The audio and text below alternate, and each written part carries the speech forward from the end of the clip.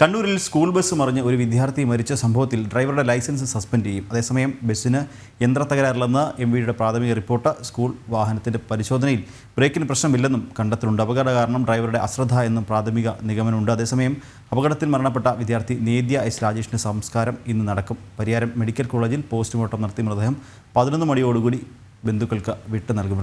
മിഥുൻ പിള്ള ചേരുന്നുണ്ട്. മിഥുൻ പിള്ള, നമ്മൾ ആ ദൃശ്യങ്ങളിലൊക്കെ കണ്ടാൽ വളരെ ഭീകരത തോന്നിക്കുന്നൊരു അപകടം തന്നെയായിരുന്നു. എന്തായാലും ഡ്രൈവറുടെ ലൈസൻസ് സസ്പെൻഡ് ചെയ്യാൻ മോട്ടോർ വാഹന വകുപ്പ് തീരുമാനിച്ചിട്ടുണ്ട്. നമ്മൾ ഇന്നലെ കണ്ടതാണ്, അദ്ദേഹം ആ അപകടം നടന്ന അതേ സമയത്ത് തന്നെ വാട്സപ്പിൽ സ്റ്റാറ്റസ് ഇട്ടിരിക്കുന്നു എന്നൊരു വാർത്ത കൂടി ഇന്നലെ പുറത്തു വന്നിരുന്നു. എന്തായാലും ഡ്രൈവറുടെ ലൈസൻസ് സസ്പെൻഡ് ചെയ്യാൻ തീരുമാനിച്ചിട്ടുണ്ടല്ലേ? നിഖിൽ, ഏറ്റവും ഒടുവിൽ പുറത്തു വരുന്ന വിവരം അതാണ്.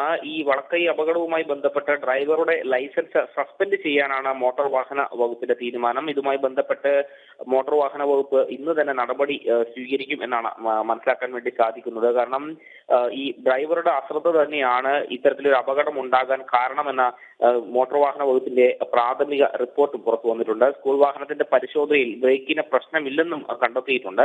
മാത്രമല്ല എഞ്ചിനും തകരാറില്ല. അപകട കാരണം ഡ്രൈവറുടെ അശ്രദ്ധ തന്നെയാണ് എന്നാണ് MVDയുടെ പ്രാഥമിക നിഗമനം. മാത്രമല്ല ഫോൺ ഉപയോഗിച്ചതിനാൽ പായതാകാൻ കാരണമെന്നും പറയുന്നുണ്ട്.